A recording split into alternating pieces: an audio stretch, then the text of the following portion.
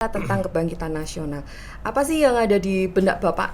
Kebangkitan nasional mencoba mengkonsolidasi seluruh kekuatan anak bangsa, kemudian dimodernisasi melalui gerakan-gerakan yang sifatnya terstruktur gitu ya, tersistem begitu ya. Iya.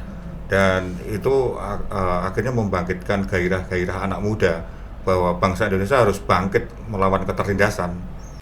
Harapannya tingkat kesadaran dan partisipasi, kualitas partisipasi itu sendiri juga semakin lebih baik di pemilu dan pilkada ke depan. Siap mengasah dirinya, harus siap mengasah kemampuannya, Iya. mengasah mentalnya, kemudian juga harus mampu bersaing di tengah zaman yang serba kompetitif ini. Pemilu dan pilkada ini sangat penting sekali guna memilih untuk calon-calon pemimpin baik di level nasional maupun di level daerah begitu ya, karena pemimpin-pemimpin yang terpilih ini akan mempengaruhi atau membawa kebijakan-kebijakan yang sangat mempengaruhi rakyat banyak. Iya.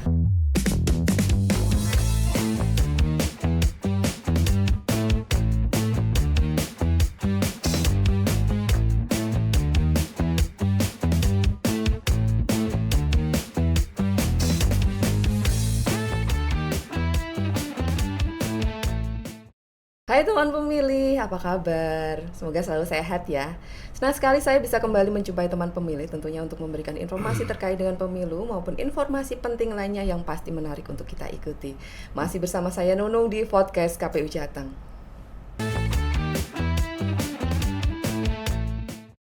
Teman pemilih, untuk podcast KPU Jateng kali ini kita sudah hadir di studio podcast tamu spesial yang nanti akan berbicara tentang hal-hal penting yang nggak jauh dari yang sedang hangat di minggu ini, yaitu tentang kebangkitan nasional. Dan tamu kita kali ini yang tadi sudah saya bilang, spesial edisi ini, edisi kebangkitan nasional, adalah pimpinan KPU Republik Indonesia.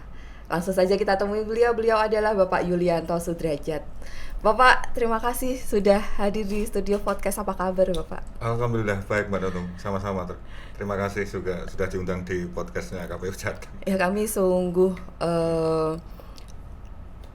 terima kasih dan kehormatan bagi kami Bapak sudah berkenan hadir di tengah-tengah kesibukannya KPU Republik Indonesia post election yang tentunya nggak ada habisnya ya Bapak. Ya pasti untuk kegiatan-kegiatan rutin, terus kemudian edukasi kepada pemilih terus jalan. Iya. Terus kemudian juga soal pemutakhiran daftar pemilih berkelanjutan juga jalan. Terus saat ini kami juga terus mengembangkan soal sistem integrasi sistem informasi pemilu, bagian-bagian dari program prioritas nasional yang terus kami kerjakan bersama dengan Kesekretariatan Jenderal KPU RI. Kalau berbicara tentang pemilu, persiapannya sudah mulai dari sekarang atau masih ada yang harus dilakukan oleh KPU Republik Indonesia, Bapak? Iya, pasti selepas pemilu dan pilkada 2024, KPU kan mengadakan evaluasi ya, sebagai bahan perbaikan untuk pemilu ke depan.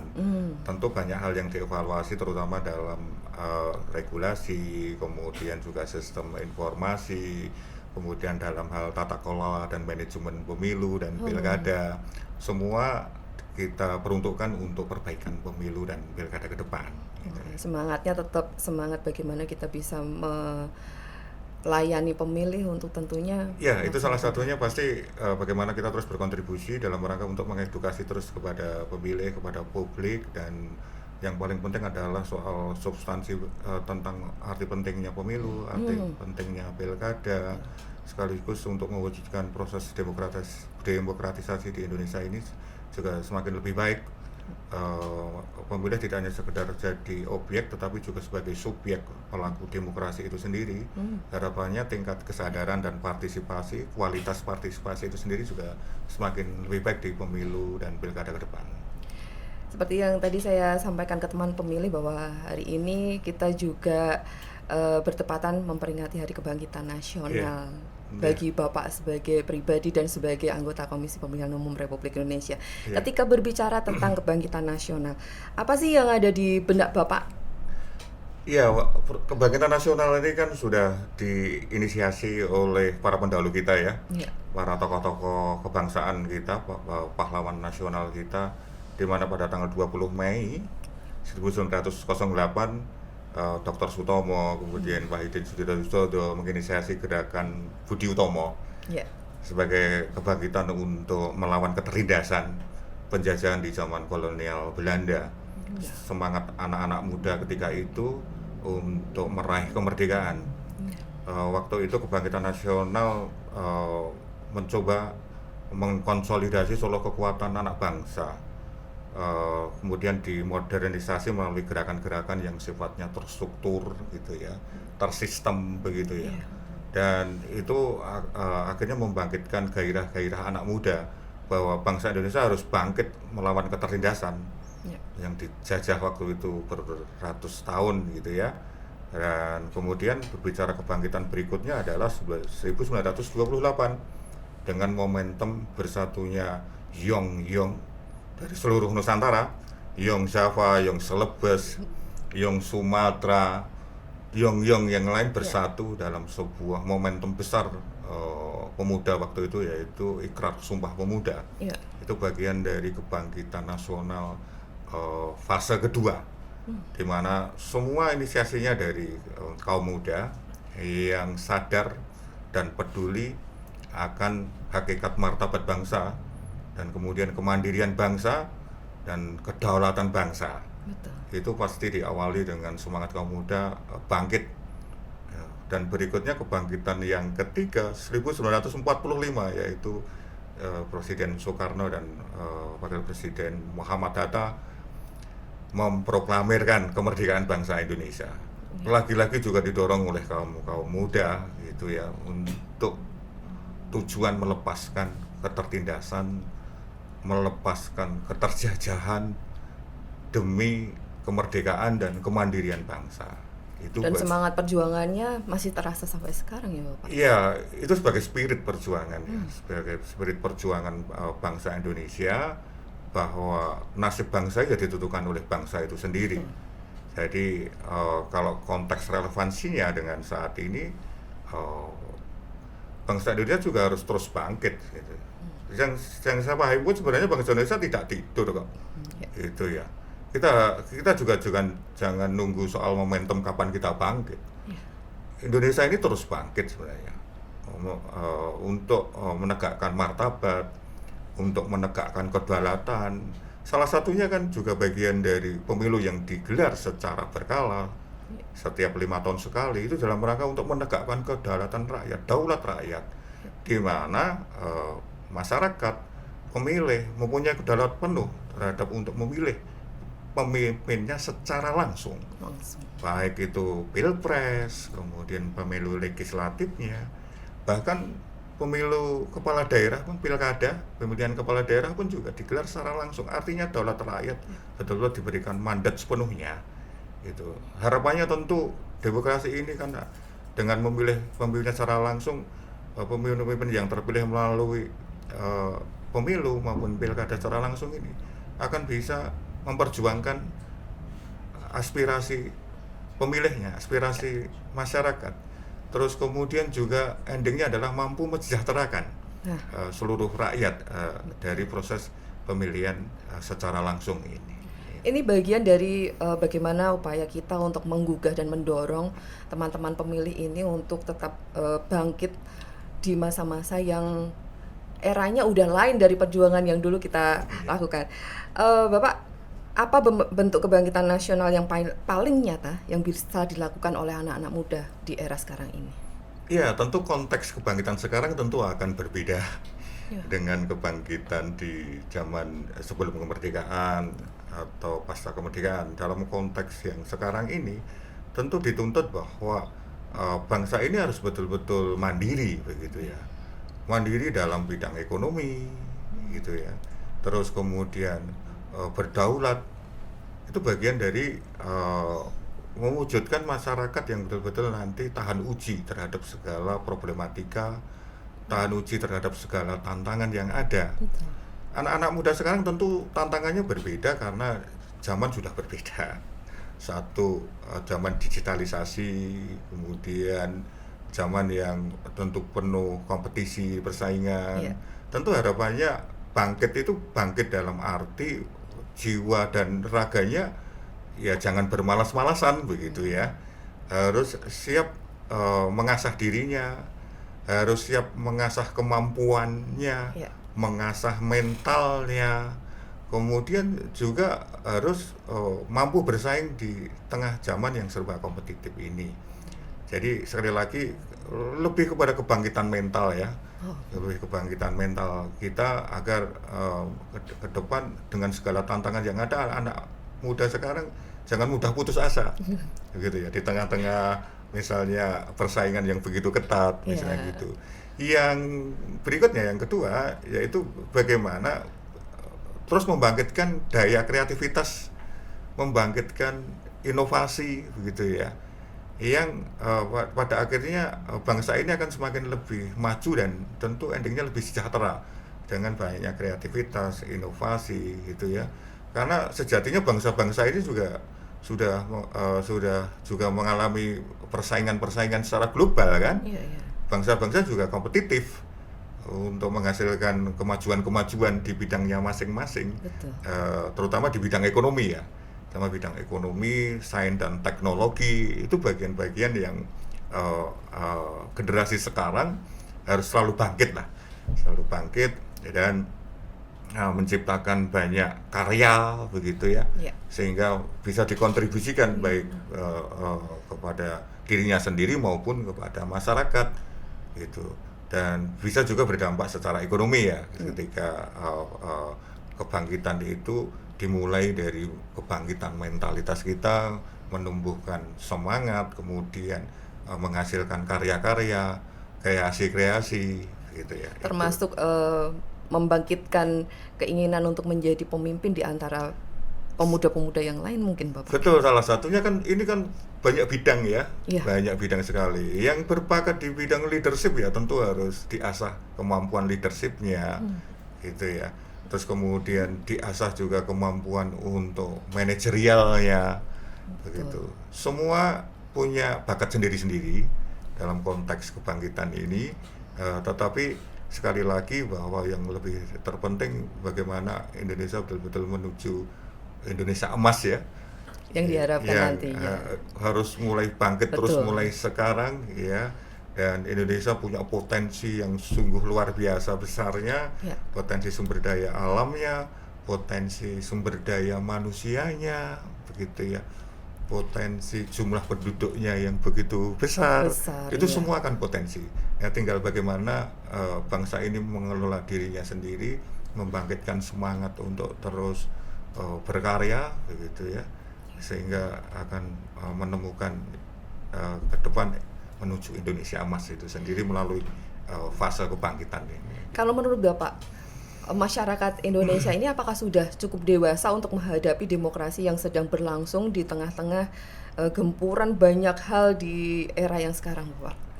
Saya rasa kalau saya melihat dan menyaksikan sendiri, kedewasaan demokrasi Indonesia semakin ke depan semakin lebih baik. Banyak perbedaan-perbedaan pilihan-pilihan politik sudah Ya. bisa diselesaikan melalui kanal-kanal yang ada. Misalnya ketidakpuasan hasil pemilu, misalnya gitu. Itu kan melalui lembaga-lembaga resmi Ya. yang mengadili tentang sengketa pemilu. Tidak diselesaikan dengan cara-cara yang barbar, apalagi cara-cara yang sifatnya aksi maksa, kemudian berujung anarkis. Iya. Catatan terakhir pemilu 2024 semut sekali ya. Tidak ada aksi massa yang besar-besaran terus kemudian anarkis Ya. dibanding dengan pemilu sebelumnya. Itu mencerminkan kedewasaan masyarakat terhadap perbedaan pilihan sudah cukup lebih baik. Dan ingatlah ya, pemilih di Indonesia itu 204 juta pemilih. Begitu besarnya dan begitu beragamnya. Ya. Sangat heterogen gitu tuh. Dan dilaksanakan di hari dan tanggal yang sama. Satu hari Iya, penting. 820-an ribu TPS tersebar di dalam negeri dan di luar negeri. Iya. Bergerak bersama-sama menuju TPS untuk memilih calon pemimpin-pemimpinnya. Iya. Dan itu bagian dari proses demokratisasi yang menurut saya begitu luar biasa. Dan bangsa Indonesia sudah mencatat sejarah baru bahwa pemilu dan pilkada secara nasional, pilkada pertama kali di seluruh daerah di Indonesia itu dilaksanakan di tahun yang sama dengan pemilu. Betul. Dan alhamdulillah berjalan dengan aman, lancar begitu. Segala perdebatan ketidakpuasan terhadap hasil pemilu maupun hasil pilkada pun juga disalurkan resmi di lembaga-lembaga peradilan yang menangani tentang sengketa pemilu. Hasil akhir misalnya sengketa di Mahkamah Konstitusi pun juga disalurkan melalui Mahkamah Konstitusi sebagai pemutus akhir. Betul. Dari sengketa pemilu maupun sengketa pilkada. Inilah cara yang beradab terhadap proses perbedaan politik. Iya, betul. Nah, ke depan tantangannya adalah bagaimana terus kita membangun dan mengedukasi kepada publik, kepada masyarakat bahwa perbedaan apapun harus diselesaikan secara baik, ya, secara beradab. Karena saluran dan mekanisme kanal-kanalnya pun sudah disediakan. Betul. Tidak lagi yang namanya ada anarkis-anarkisan begitu. Dan salurannya sudah legal semua ya, Bapak? Legal semua, begitu. Dan ketika putusan sudah dijatuhkan, misalnya putusannya pemungutan suara ulang, ya pasti KPU gelar pemungutan suara ulang. Iya. Kami mematuhi konstitusi, mematuhi putusan peradilan. Jadi sekali lagi inilah cerminan kedewasaan politik, kedewasaan demokrasi di Indonesia. Mudah-mudahan ke depan akan semakin lebih matang lagi, Ya. semakin lebih dewasa lagi. Betul. Begitu. Ruang-ruang publik juga lebih mencerahkan, lebih menyejukkan. Perbedaan politik apapun tidak berujung saling hujat, ujaran kebencian, hoax. Itu tantangan-tantangan ke depan sehingga masyarakat teredukasi dengan baik, cerminan bangsa yang punya kepribadian dan etika yang beradab yang sudah dicontohkan para leluhur kita. Ya. Ono rembuk dirembuk begitu ya. Tidak harus selalu dengan hujatan-hujatan dan makian yang kadang masih ada di seputaran konten-konten medsos ya. Mudah-mudahan ke depan segala perbedaan bisa tersalurkan dengan baik begitu ya. Dengan tidak kehilangan jati diri kita gitu. Sekali lagi kritik is okay begitu ya. Check and balance itu bagian dari ruang kebebasan berpendapat, itu sebagai kontrol terhadap misalnya pemerintah atau yang lain, kontrol terhadap KPU. KPU pun juga terbuka terhadap kritik dan masukan semuanya, karena kritik dan masukan itu sangat bermanfaat buat institusi itu sendiri. Dan tantangan-tantangan yang tadi disampaikan Bapak tentunya akan dijawab oleh KPU untuk penyelenggaraan pemilu dan demokrasi ke depannya. Iya, pasti kita catat penuh kok untuk perbaikan kualitas penyelenggaraan ke depan. Iya. Bahkan ketika kami diberikan kesempatan untuk memberikan masukan-masukan misalnya kepada pembentuk undang, pasti kami akan berikan masukan-masukan karena kami sudah menyelenggarakan evaluasi ya, evaluasi baik pemilu maupun evaluasi pilkada. Tentu harapannya ada perbaikan-perbaikan yang sesuai dengan cita-cita bersama seluruh rakyat ini gitu ya. Bapak, kalau ada pesan untuk teman pemilih, apa sih yang penting untuk Bapak sampaikan kepada teman pemilih? Iya, tentu harapannya perbaikan kualitas demokrasi Indonesia ya. Dengan cara bagaimana memandang bahwa pemilu dan pilkada ini sangat penting sekali guna memilih untuk calon-calon pemimpin baik di level nasional maupun di level daerah begitu ya. Karena pemimpin yang terpilih ini akan mempengaruhi atau membawa kebijakan-kebijakan yang sangat mempengaruhi rakyat banyak. Iya. Begitu. Maka kesadaran terhadap literasi terhadap kandidat-kandidat itu juga penting. Dan yang lebih penting lagi tentu adalah bagaimana bangsa Indonesia ini harus menjadi contoh demokratisasi di dunia lah. Yeah. Dan sekarang pun juga banyak negara-negara juga belajar demokrasi di Indonesia karena heterogenitas Indonesia, negara dengan mayoritas Muslim tapi penyelenggaraan demokratisasinya juga sangat baik, begitu, tidak ada anarkisme. Dan lagi-lagi seluruh perbedaan terkait dengan ketidakpuasan pemilu itu pun juga disalurkan melalui lembaga-lembaga resmi begitu yang menyidangkan terkait dengan perselisihan atau ketidakpuasan terhadap hasil pemilu. Inilah cara-cara yang beradab yang untuk generasi muda ke depan harus terus dikembangkan, terus harus lebih dipertahankan begitu ya. Endingnya menuju Indonesia yang demokrasi, yang bermartabat seperti yang kita cita-citakan bersama. Tentunya harapan kita bersama akan tumbuh kesadaran bagaimana teman pemilih ini berpartisipasi aktif dalam proses demokrasi di Indonesia, menjadi suatu hal yang Iya, sangat penting. saya optimis akan muncul tunas-tunas baru, akan tumbuh tunas-tunas baru dari generasi muda ini, generasi baru yang lebih fresh, lebih segar, lebih bersemangat begitu ya, dalam rangka untuk menatap Indonesia ke depan. Pemilih Indonesia, perkiraan kami di pemilu 2029 didominasi oleh Gen Z dan generasi milenial. Inilah tongkat estafet mereka yang akan nanti menjadi calon-calon pemimpin ini, yang baru menggantikan kami begitu ya, yang akan membawa nuansa baru, harapan baru. Lagi-lagi kebangkitan ini diawali dengan kebangkitan mental kita untuk terus berjuang supaya tidak mudah patah arang dan terus berinovasi dan berkreativitas, berkarya yang dipersembahkan untuk kemajuan bangsa ini. Sangat luar biasa, ini motivasi yang sangat penting untuk teman pemilih, terutama teman pemilih yang muda-muda Bapak, supaya nanti bisa turut berpartisipasi, turut menginfluence lingkungannya, biar memajukan bangsa Indonesia melalui jalur demokrasi yang khususnya adalah pemilu.